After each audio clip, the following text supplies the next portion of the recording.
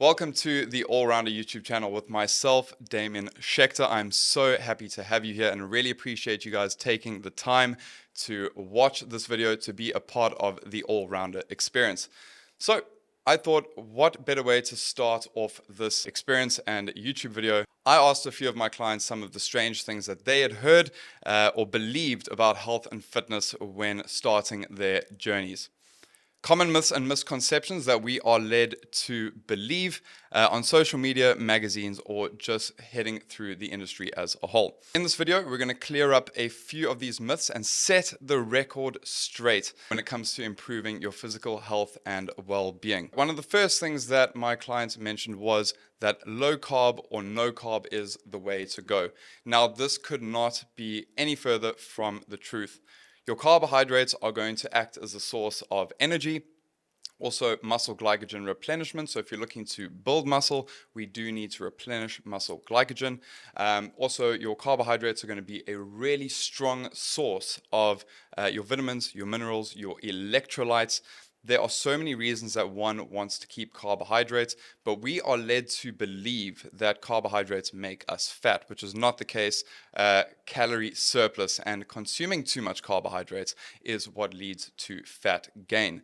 Now, obviously, when you are doing weight training, carbohydrates are going to play a very essential role in building muscle tissue. Right? We do need that fuel to facilitate energy, to push heavier, to essentially lift more load or train with more intensity, and that is what's going to help us build muscle. At the same time, having carbohydrates post-workout is going to help you replenish that energy that you've spent and keep your energy levels sustained after your workout.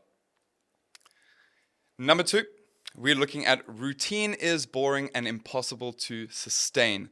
Now, if I look at 15 years of weight training and health and fitness being a fundamental of my lifestyle, routine is what's kept me in check, right? So routine with training and routine with nutrition. A lot of the time, if someone is out of routine, they see it as being impossible or not sustainable to maintain in their lifestyles. But essentially, what's going to allow you to optimize certain areas of your life is the routine, the structure of habits that you want to bring in. So routine is not boring, and it is very possible to sustain. Routine is the greatest thing that you can have in your life. It allows you to prioritize certain things, from first to second to third to fourth, instead of things being all over the place and you giving 15 to 20% in all different areas. It is rather better to actually portion things off correctly, and that only happens through routine. Number three, you need to confuse or shock the muscle week after week to switch up routine. That is absolute bullshit. You do not need to keep switching up your training routine, and you do not need to shock the muscle, right? That's not the way that the body responds. The body responds, firstly, if you're looking to build muscle tissue, through progressive overload training. Now, if you are always switching up your exercises and your workouts, you're never really allowing the body to adapt to a certain exercise and certain way of progression, right? So you do want to actually repeat a certain workout program or a certain phase within your workout program for 4 to 6, maybe even 8 weeks at a time. Some of the longer training phases that I found myself in, or with my clients, for example, is a 12 to 16 week training phase with just a few tweaks and changes to achieve more progressive overload. But maybe that comes through changing the rep range or changing the amount of sets that you're doing. But to keep on switching up your exercises or exercise selection, it's not a good idea. It is not conducive to progressive overload and essentially, making progress throughout your program. Number four, you can target where you want for fat loss. Now, this is not true. Body fat cannot be locally, directed in terms of fat loss, right? When we lose body fat, we lose it everywhere at the same time. Obviously, the gut and the belly is where you would normally hold the most amount of body fat, right? So it would make sense that when you're in a calorie deficit to lose body fat, that you will lose everywhere else before you lose around the belly. It is normally the last place to go. You'll start to see that you will lose body fat around the back, around the legs, around the arms, and then the gut is the last to go. So patience is the most important thing here when it comes to dropping body fat, especially around the gut.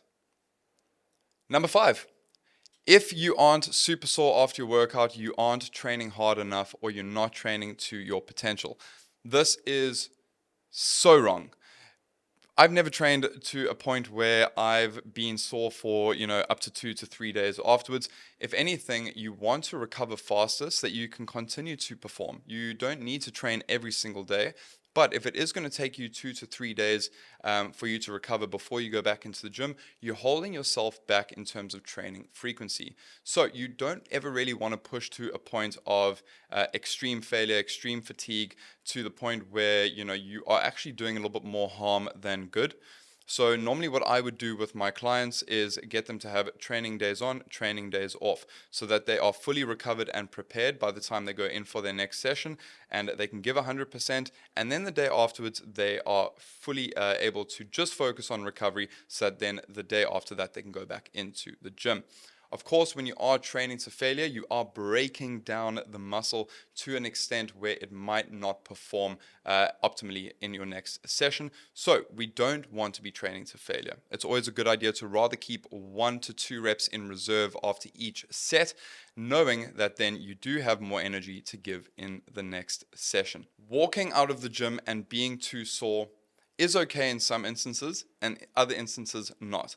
If it is sore in terms of injury, sure, this is something that we want to avoid, and it is not a good indication that the workout achieved what you set out. However, if let's say there is a little bit of muscle stiffness and you are feeling that you've broken something down, but it is not localized, you've not walked out there feeling like you've hurt your shoulder or your leg, or you're limping, or one knee is really, really sore, a certain level of fatigue will indicate that you have achieved a high amount of progressive overload in your session. However, let's just differentiate the pain there. We don't need to be sore, but we do need to have some level of fatigue.